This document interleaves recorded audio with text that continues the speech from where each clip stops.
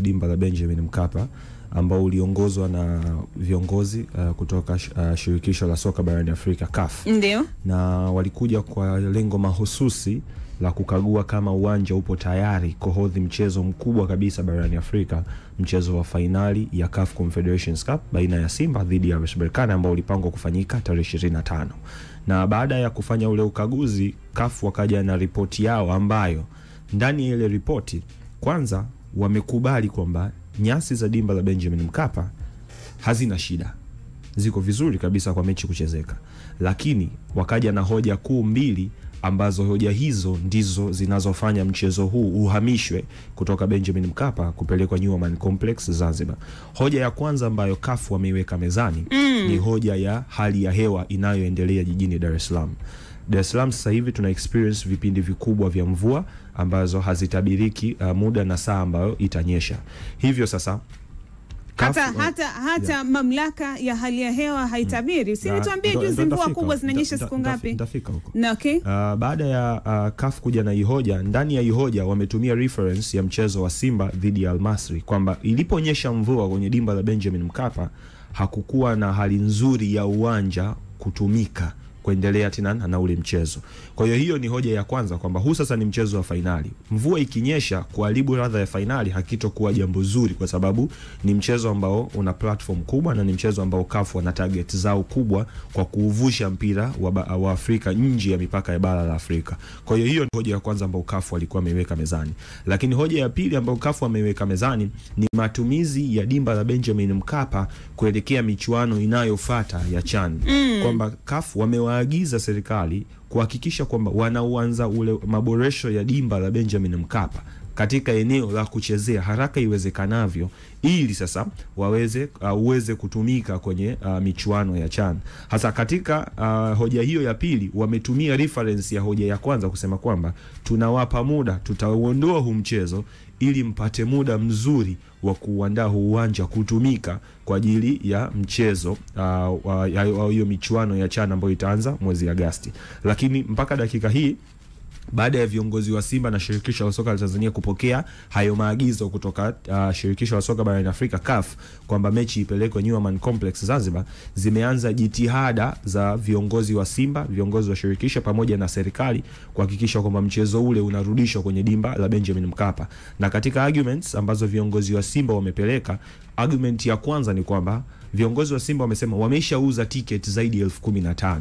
Dimba la New Amaan Complex Zanzibar ni dimba ambalo linahodhi mashabiki 15,000. Kwa hiyo hizi ticket nyingine ambazo wameziuza watawapeleka wapi hao watu ambao wameshawauzia ticket? Kwa hiyo ndio hoja ya kwanza ambayo viongozi wa Simba wameipeleka, kwamba tayari wao wameshavuka ile idadi ya mashabiki ambao wanaweza wakaingia kwenye dimba la New Amaan Complex. Hivyo wanawaomba CAF kuhakikisha kwamba wanarejesha tu mchezo Benjamin Mkapa, kwa sababu wameuza ticket nyingi kiasi kwamba hawezi wakazirudisha tena kwa mashabiki ambao wameshazinunua hizo ticket. Lakini hoja ya pili ambao wamepeleka ripoti ya mamlaka ya utabiri wa hali ya hewa nchini Tanzania juu ya tarehe 25 kama kutakuwa kuna mvua. Na kwa mujibu wa ripoti ya TMA, kuanzia tarehe 23 mpaka tarehe 26 jiji la Dar es Salaam halitokuwa na mvua. Kwa hiyo ndio hoja. Hao ni mamlaka ya hali ya hewa Tanzania. Mamlaka ya hali ya hewa Tanzania. Hiyo ni ripoti ya pili ya Simba ambao wameipeleka, argument ya pili ambao Simba wameipeleka kwamba kuanzia tarehe 23 mpaka tarehe 26 kwa mujibu wa utabiri wa hali ya hewa hakutokuwa na mvua katika jiji la Dar es Salaam. Lakini hizo ndio hoja ambazo wao wamezipeleka, na wanataka CAF wazipitie upya hoja hizi kabla ya kufikia conclusion ya kuhamisha uwanja rasmi katika dimba la Benjamin Mkapa kuupeleka kwenye dimba la New Amaan Complex. Sawa, mashabiki wa Simba mnazungumza nini kuhusiana na hiki? Kwa mimi ninavyoona, mawazo yangu haraka unajua ile mechi ya Simba na Al Masry, ile mechi tuchafua sana juu ile uwanja. Tulisema uwanja tumefanyia marekebisho makubwa, lakini ile mvua iliponyesha vile muda wa masaa mawili, uliona jamaa walitaka kugoma kwa kucheza ule mchezo. Lakini kutokana na watu kupiga deki ule uwanja, na ni kweli mechi ilikuwa mbovu kwa sababu mvua ilinyesha. Sasa hapa hatuna guarantee kwamba siku hiyo mvua itanyesha au haitonyesha. Mtu akishakwambia kuwa atucheze kwa sababu ya mvua, ni kitu ambacho hakina guarantee. Kwa hiyo unapeleka sehemu ambayo sahihi ili wajue kwamba hata mvua ikinyesha mchezo hautaharibika. Na inaonyesha katika sisi Simba, katika ushindi wetu mkubwa sana mara nyingi tumetegemea sana kwa Mkapa. Yaani tumeweka nguvu kubwa sana kwa Mkapa.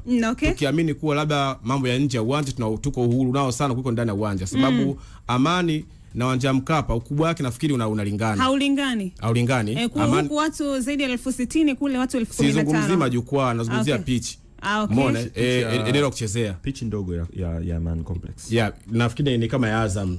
Ndio iko hivyo. Kwa hiyo maana yake ni kwamba sisi mara nyingi sana tumewekeza nje ya uwanja. Unajua ile kuwatoa kimchezoni kama kumwaga chumvi, yani mambo mengi ya nje ya uwanja. Ndivyo kwa Mkapa tuko nao sana kwa huu, yani kamati ya ufundi zile. Unaona sasa chumvi za nini hapa Malolo? Sasa iko hivi, yani vitu ambavyo ndo vipo, ndo vitu ambavyo hata sisi huwa tuko navyo sana. Wewe msaidie ndugu yangu. Ndio. Yani iko hivi. Na mchungaji wakati unakwenda kumsaidia Wakanda pia hapa ana jambo, lakini pia watu wanahoji huko sio figisu za soka la Afrika wale Waarabu. Tutarudi hapo tukagane na mtandao super wa Vodacom, alafu tutarejea kuizungumza hii imekaaje. Figisu za Waarabu zinaanza kuzungumzwa, lakini pia bwana Malolo amezungumza kuhusiana kumwaga chumvi sijui zimefikaje. Mchungaji analala kwake. Usitoke mwana michezo, tunakwenda kulipa bili kwa hisani wetu Vodacom, alafu tunarejea hivi punde. Kipenga Extra imeletwa kwenu na Vodacom Tanzania. Nilikuwa napoteza muda mwingi sana kuingiza vocha ya muda wa maongezi kwenye simu yangu na kujiunga na kifurushi. Na hapo usinikumbushe uchungu wa kukwangua vocha vibaya, kupoteza vocha au vocha kuloa. Ila sasa nimegundua ujanja ni kununua bando kwa M-Pesa. Iwe mvua au jua, nakamilisha na M-Pesa. Hata usiku wa manane au popote na wakati wowote, nanunua vifurushi kupitia M-Pesa. Ni rahisi, salama na ya uhakika. Na ujanja ni kununua bando kupitia M-Pesa. Piga *150*00 alama ya reli au tumia M-Pesa app. Ni rahisi, salama na ya uhakika. Wajanja hatukwangui. Nunua bando kwa M-Pesa. Vodacom, pamoja tunaweza.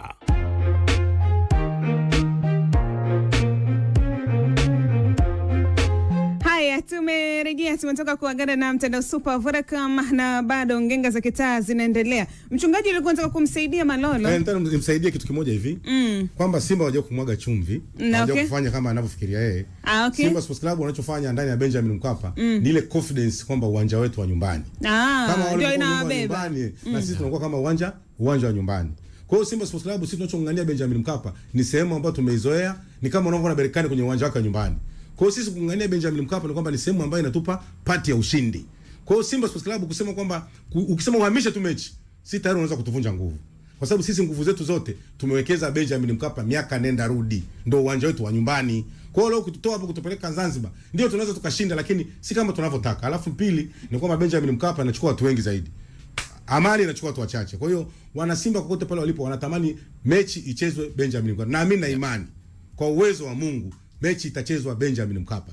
Na lingine ambalo wana Simba watembea nalo, wala wasio na wasiwasi. Mimi nikishasema kitu kinakuwa, na siyo kusema kitu ambacho hakiwezi kuwa. Mchungaji utakuja kubebwa hapa. Hakuna kitu kama hicho. Kwa nini nakwambia hivyo? Yote leo sema kuanzia makundi mpaka leo yametimia. Sasa kipi ambacho sijasema hakijatimia? Kwa hiyo ndio maana nakwambia hivi, Simba anaenda kuchukua kombe la shirikisho, ila mlivyoweza kutuambia Zanzibar, ndio hapo nguvu zinaweza kutuishia, kwa sababu ni sehemu ambayo hatujaizoea, tumezoea Benjamin Mkapa. Kwa hiyo wana Simba wala wasio na wasiwasi, tuendelee na maombi. Tumebakisha siku 2 za maombi ili tuweze kuvuka tuchukue kombe la shirikisho barani Afrika. Wasiwe na wasiwasi kabisa. Kwa hiyo katika maombi ongezea mechi ichezeke kwa Mkapa. Tena hili kwa sababu nimelipata sasa hivi, naenda kulipigia magoti baadaye. Mechi inachezwa Benjamin Mkapa. Sawa, Wakanda huko nje, mbali na hiki ambacho anakizungumza mchungaji na Malolo, nje huko inasemekana kwa maana ni figisu za RS Berkane, kwa sababu mmiliki ambaye ni kiongozi wa klabu hiyo ni kiongozi wa shirikisho la soka pale nchini Morocco. Pengine hii inaweza ikawa ni nadharia ama ni zana ya ukweli kwa kile ambacho kipo, kwa maana Berkane walishawahi kuja hapa Benjamin Mkapa wakadondosha alama dhidi ya wekundu wa Msimbazi Simba. Wanajua kile ambacho huwa wanakipitia katika uwanja wa Mkapa. Pengine ndicho ambacho wanakikwepa kuweza kuchekecha hiki ambacho kipo hivi sasa. Mwenyekiti wa klabu ya RS Berkane anaitwa Hakim Ben Abdella. Okay. Huyo yeye aliingia madarakani mwaka 2019 akichukua nafasi ya Fauzi Lekja, ambaye Fauzi Lekja yeye sasa alienda kupata nafasi ya juu zaidi kwenye uongozi wa soka la nchini Morocco. Fawzi Lekjaa ni mtu ambaye anasifika kwa ukubwa sana kwa elimu alizonazo pamoja na ufanisi wake katika uongozi wa mpira. Chini ya uongozi wa Fawzi Lekjaa, klabu ya RS Berkane ilianza kuyaonja ladha ya mafanikio ya soka la ndani ya taifa la Morocco, lakini pia mafanikio ya soka la Afrika. Sasa anayetajwa amepelekea influence kubwa ya klabu ya RS Berkane kufanya vizuri kwenye soka la Afrika pamoja na kupata favor kadhaa kwenye soka la Afrika, sio rais wa sasa wa klabu, mwenyekiti wa sasa Bwana Hakim, bali ni huyu mwamba ambaye aliwahi kuiongoza hiyo timu, Fawzi Lekjaa, ambaye mpaka dakika hii nazungumza na wewe ni moja kati ya executives wa timu ya RS Berkane ambaye kivuli chake hakiwezi kufutika kwenye hiyo timu. Sasa huyu Fawzi Lekjaa yeye ni rais wa shirikisho la soka la nchini Morocco, nafasi ambayo yani karia wa Morocco ndo huyo mmiliki wa RS Berkane, ambaye ni kama Patrice Motsepe ameamua kujiweka pembeni na hii club. Lakini mpaka sasa hivi yeye ndio rais wa shirikisho la soka la nchini Morocco. Lakini ukitoa tu cheo chake cha rais wa shirikisho la soka la nchini Morocco, huyu mwamba yeye ndio first vice president, makamu wa kwanza wa rais wa shirikisho la soka barani Afrika, CAF. Nafasi ambayo ameichukua kuanzia mwaka huu 2020. Ni msaidizi wa Patrice Motsepe. Yes, bwana Fawzi Lekjaa ndio makamu wa kwanza wa rais barani Afrika. Lakini pia huyu mwamba yeye ni mjumbe wa kamati kuu ya shirikisho la mpira wa miguu duniani FIFA, ambapo ameiongoza amekaa kwenye nafasi hiyo kutoka mwaka 2021 mpaka muda huu. Lakini huyu mwamba kwa vyeo vingine ambavyo anavyo, huyu mwamba yeye ni waziri wa fedha wa taifa la Morocco, nafasi ambayo ameichukua kuanzia mwaka 2021 mpaka dakika hii ninayozungumza na wewe. Lakini pia ndio mshauri ama ndio mwenyekiti wa kamati za fedha za shirikisho la soka barani Afrika, CAF. Lakini pia ni makamu mwenyekiti wa kamati ya leseni ya klabu na kamati ya mashindano ya shirikisho la soka barani Afrika. Lakini pia ndio msimamizi wa uwanja mkubwa kabisa nchini Morocco, uwanja wa Mohamed wa 5. Ila sasa nafasi nyingine ambayo anayohodhi kwa ukubwa ndio mwenyekiti wa kamati ya mashindano ama mwenyekiti kamati ya maandalizi ya mashindano ya kombe la dunia la mwaka 2030. Unasemaje Wakanda? Mwenyekiti wa maandalizi ya kamati mwenyekiti wa kamati ya maandalizi ya kombe la dunia kwa upande wa Morocco, kombe la dunia la mwaka 2030. Kwa hiyo kwa hiki ambacho nakizungumza, nilikumbuka ile kauli ya Adel Lomruch aliyekuwa kocha wa Taifa Stars. Alisema Morocco huwa wanaamua wao, mpira huwa Afrika uweje. Na wakati hiki ambacho kilichokuwa kinaendelea kilivyokuwa vinaendelea, hizi tetesi ambazo zinaendelea mpaka hivi sasa hazijathibitishwa, serikali haijazungumza na Simba kama ambavyo umesema, kwa maana wanaendelea kufanya jitihada mechi ibakie Benjamin Mkapa. Na baadhi ya watu walikuwa wanapeleka malalamiko kwa serikali. Serikali tuaminisha kwa maana mechi itachezwa Benjamin Mkapa, nini kimetokea? Lakini ukija kutazama kwa undani zaidi, kumbe si serikali, ni mambo mengine ya nje ya uwanja, kwa namna ambavyo watu wanahitaji mafanikio ya soka la Afrika. Hii bato inaweza ikatamatika kwa namna gani? Tunaye pia sisi mjumbe wa shirikisho la soka pale barani Afrika, CAF. Tunao wawili ambao wanaingia kabisa katika kamati tendaji. Wallace Karia akiwa kama mmoja kati ya wajumbe ambaye amechaguliwa na kwenye uchaguzi mkuu. Lakini pia tunaye Engineer Hersi Said ambaye ni rais ama ni mwenyekiti wa shirikisho la klabu barani Afrika, ACA. Sasa hoja zilizopo ni kwamba influence ya nje ya uwanja kwenye mpira wa Afrika uwezi ukaitoa. Yani Afrika ni kwamba sio tu unafanya vizuri ndani ya uwanja, bali nje ya uwanja ukiwa hauna watu ambao wana uwezo wa kukuchongea njia, hauwezi ukafanikiwa. Kuna mfanano mkubwa sana wa dimba la Stade Municipal ambalo wanalitumia RS Berkane na dimba la New Aman Complex. Hivyo ni samani speaker. Na okay. Manager kazungumza kitu kikubwa sana. Yaani umetufanulia hata kama haelewi mtu kaelewa. Nyinyoa maiki kidogo mchungaji. Ulivyosema hivi kwamba Simba nao wamepeleka nani yao? Maombi yao. Kwamba wao hofu yao sio pitch. Ni nzuri. Ila wana wasiwasi siku hiyo mvua ikinyesha mechi hiyo inaweza sichezeke. Na hawa wametoa majibu kwa kutumia idara ya nini ya hali ya hewa, kwamba nao wamesema kuanzia tarehe 23 mpaka tarehe 25 kutakuwa hamna mvua. Kwa obvious mechi itachezwa Benjamin Mkapa. Sasa yani kwa influence ya nje ya uwanja ambapo nilikuwa naendelea ni kwamba soka la Afrika kwa namna lilivyo utahitaji watu ambao watajaribu kupressurize maamuzi yawe kwenye favor yako. Nilikuwa natoa mfanano wa dimba la Newman Complex pamoja na dimba la Stade Municipal ambalo analitumia RS Berkane. Ni viwanja ambavyo vinafanana kwa zaidi ya 90%, kuanzia kwenye eneo la kuchezea mpaka idadi ya mashabiki ambao wanaingia uwanjani. RS Berkane wamezoea kucheza kwenye uwanja ambao unaingiza mashabiki 15,000 Stade Municipal, na ndio mashabiki ambao wanaingia kwenye dimba la Newman Complex. Kwa hiyo unaona wamejaribu kutafuta mazingira ambayo kwao hayatokuwa mageni, bali ni mazingira ambayo yatatengeneza neutral environment kwa Simba Sports Club, kwa sababu Simba katika mazingira yao comfortable ni ndani ya dimba la Benjamin Mkapa. Kwa hiyo kuwaondoa kwenye comfort zone, kuwapeleka Newman Complex, uwanja ambao mwezi mmoja nyuma baadhi ya mashabiki walisikika kwamba wakiona kuna ugumu kwenye ule uwanja, it means ile tension ambayo walikuwa nayo mashabiki ambao ndio nguvu ya Simba Sports, kwa sababu Simba hajivunii kucheza Benjamin Mkapa kwa sababu kina Mohamed Hussein huwa wanaujua sana mpira. Simba hajivunii kucheza Benjamin Mkapa kwa sababu sijui kina Elimpanzo wanaujua sana mpira. Simba anajivunia kucheza Benjamin Mkapa kwa sababu ya watu 60,000 ambao huwa wanajaa kwenye lile dimba na kuwalazimisha wachezaji kufanya vizuri. Kwa hiyo tayari hawa watu 60,000 ukiwapunguza nguvu, ukawaweka kwenye mazingira ambayo wewe ushayazoea, unajiwekea hiyo mechi kwenye mzani wako. Kwa hiyo hichi kinachoendelea hivi sasa sio tu uhalisia wa mazingira ya dimba la Benjamin Mkapa, bali ni nguvu ya ushawishi ambayo watu wanayo kwenye zile kamati kubwa za shirikisho la soka barani Afrika. Hiyo ni nguvu ambayo imekuwa ikiwasaidia Al Ahly pale ambapo wana pressurize mpaka baadhi ya waamuzi wamekuwa kibadilishwa. Hiyo ndio nguvu ambayo imekuwa ikiwasaidia watu kama kina Wydad Casablanca. Hiyo ndio nguvu ambayo imekuwa ikiwasaidia watu kama kina Raja. Hiyo ndio nguvu ambayo imekuwa ikisaidia watu kama kina Esperance, kwamba wana watu kwenye positions kubwa kwenye mpira wa barani Afrika. Hawa watu kuna muda watafanya mambo kwa ajili ya faida yao. Leo tunamzungumza RS Berkane, moja kati ya timu ambayo imekuwa very controversial kwenye mpira wa Afrika. Tukumbuke tu msimu uliopita RS Berkane na Usma, kama taikumbuka ile situation, RS Berkane alienda finali kwa kutocheza mchezo mmoja wa nusu finali. Alipewa alama 3, alipewa goli 3, akaambiwa huo mchezo umeushinda wewe. Huyo Usma akija kwenye uwanja wako mtacheza mechi ya mzunguko wa pili, kwa sababu moja tu kwamba walizuiwa, jezi zao zilizuiwa kuingia kwenye taifa la nchini Algeria. Kwa hiyo unajikuta nguvu ya maamuzi walionayo nje ya uwanja imekuwa ikiwasaidia sana hata kufanya vizuri ndani ya uwanja. So kinachoendelea sasa hivi ni Simba Sports Club dhidi ya bwana Fauzi Lekja, mtu ambaye ana nguvu kubwa kwenye mpira sio tu wa barani Afrika bali nguvu kubwa ya mpira duniani.